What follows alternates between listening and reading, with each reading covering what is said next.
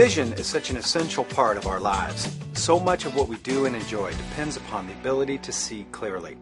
So if your vision begins to fail, it can cause great anxiety. But if you understand what is happening with your vision, you gain a sense of control over the situation, providing some peace of mind. One of the leading causes of vision loss in people over 65 is a condition called age-related macular degeneration, also known as AMD.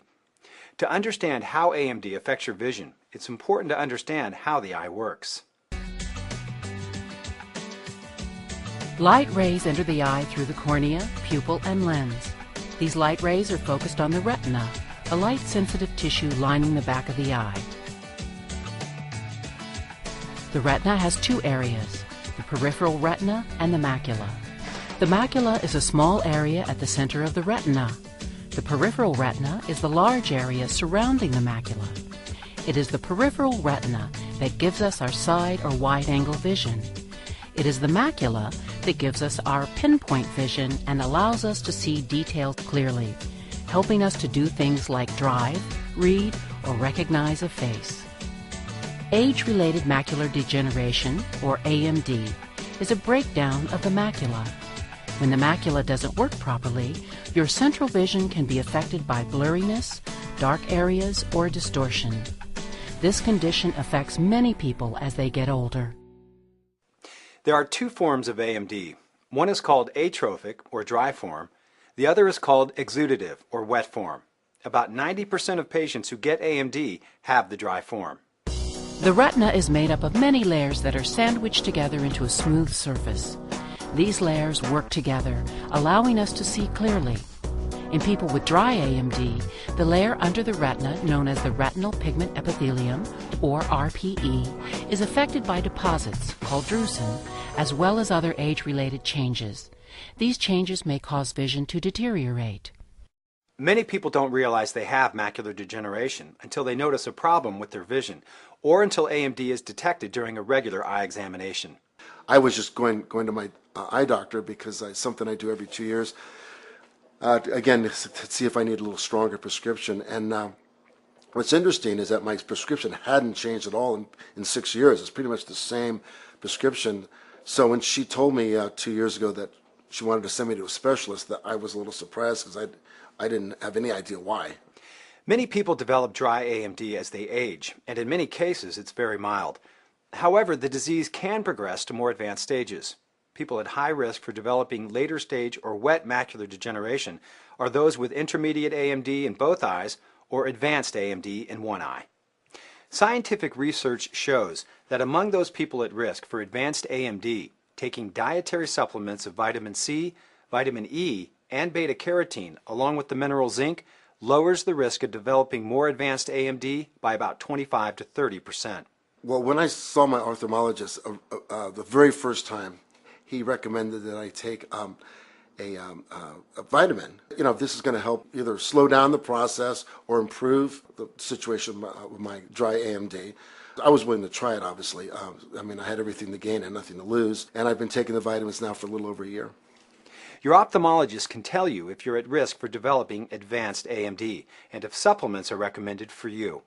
At any stage of AMD, ophthalmologists encourage their patients to closely monitor their vision every day for any sign of changes. A basic yet important tool for monitoring your vision is called an Amsler grid. You can use it at home to detect changes in your central or macular field of vision. You simply sit in a well-lit area and hold the grid away from you at a comfortable position.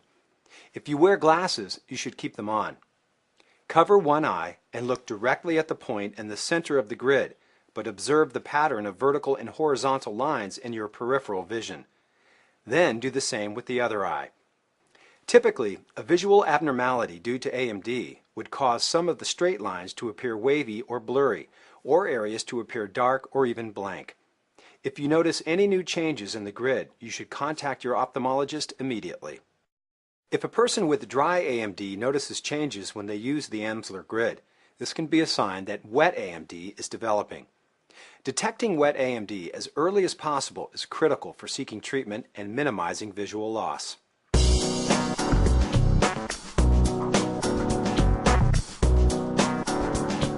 With wet AMD, Abnormal blood vessels begin to grow under the retinal layers behind the macula. These blood vessels leak fluid or bleed, which further blurs or distorts central vision. About 10% of people with macular degeneration have the wet form. I was looking at my plantation shutters, and they were like crooked. And I thought, all that money and they're crooked. So I realized when I covered each, like this eye and then this eye, I realized, oh no, it's not the blinds, it's me. So got on the phone, called the doctor, and they, saw me immediately and sent me on to the retinal specialist, and that's when it was diagnosed. One of the most important factors in treating wet AMD is early detection. Although it may be impossible for your ophthalmologist to predict if you will get wet AMD, using the Amsler grid on a regular basis can help to detect vision changes as early as possible. If your ophthalmologist suspects macular degeneration, diagnostic techniques such as fluorescein angiography and optical coherence tomography, or OCT, are used to help identify what's going on with the macula. Fluorescein dye is injected into a vein in your arm, and the dye travels to the blood vessels in the eye. A special camera is used to photograph the retina and blood vessels, which are illuminated with dye.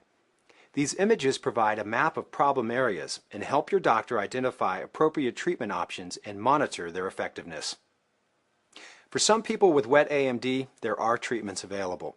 While they aren't cures, these treatments can help stop the progression of blood vessels, which, if left unchecked, could lead to significant loss of central vision. It's my understanding you'll never be totally blind. As I said, my mother had it till she was 89, so at least 20 years she had it, and she was still functioning. If a fluorescein angiogram shows us the abnormal blood vessels are not directly under the central macula, it may be possible to treat them with standard laser therapy. With laser therapy for wet AMD, the pupil is dilated using drops, and an anesthetic is given to numb the surface of the eye and in some cases to keep the eye from moving. A special contact lens is placed on the surface of the eye to help the surgeon see the retina.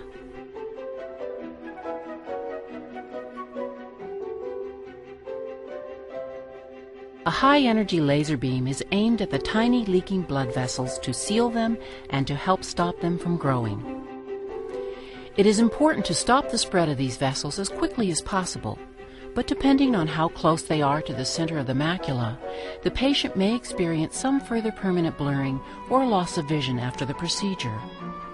Of the patients with wet AMD who have the standard laser procedure, it is likely that 50% of them will need a retreatment within 3 to 5 years.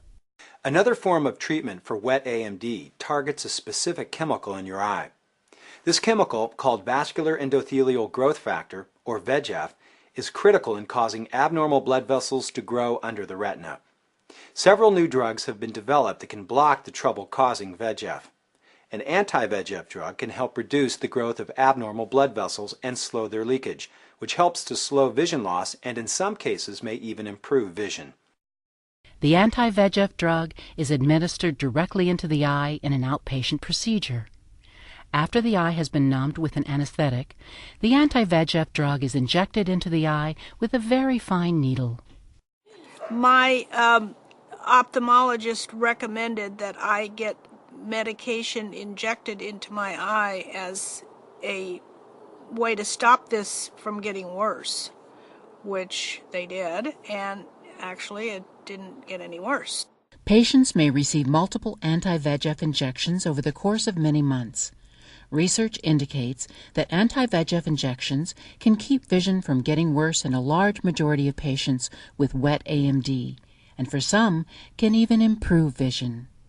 In some cases, anti-VEGF treatment may be combined with other therapies. For instance, some patients may also receive a treatment called PDT, or photodynamic therapy.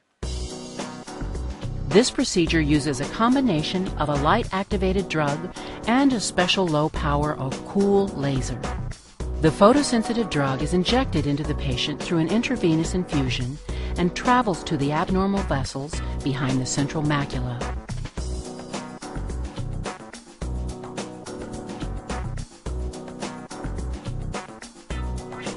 The drug attaches to molecules that are commonly found in rapidly growing cells, such as those in wet AMD blood vessels. A low-powered laser light is focused directly on the abnormal vessels, which activates the drug, causing damage specifically to the unwanted blood vessels.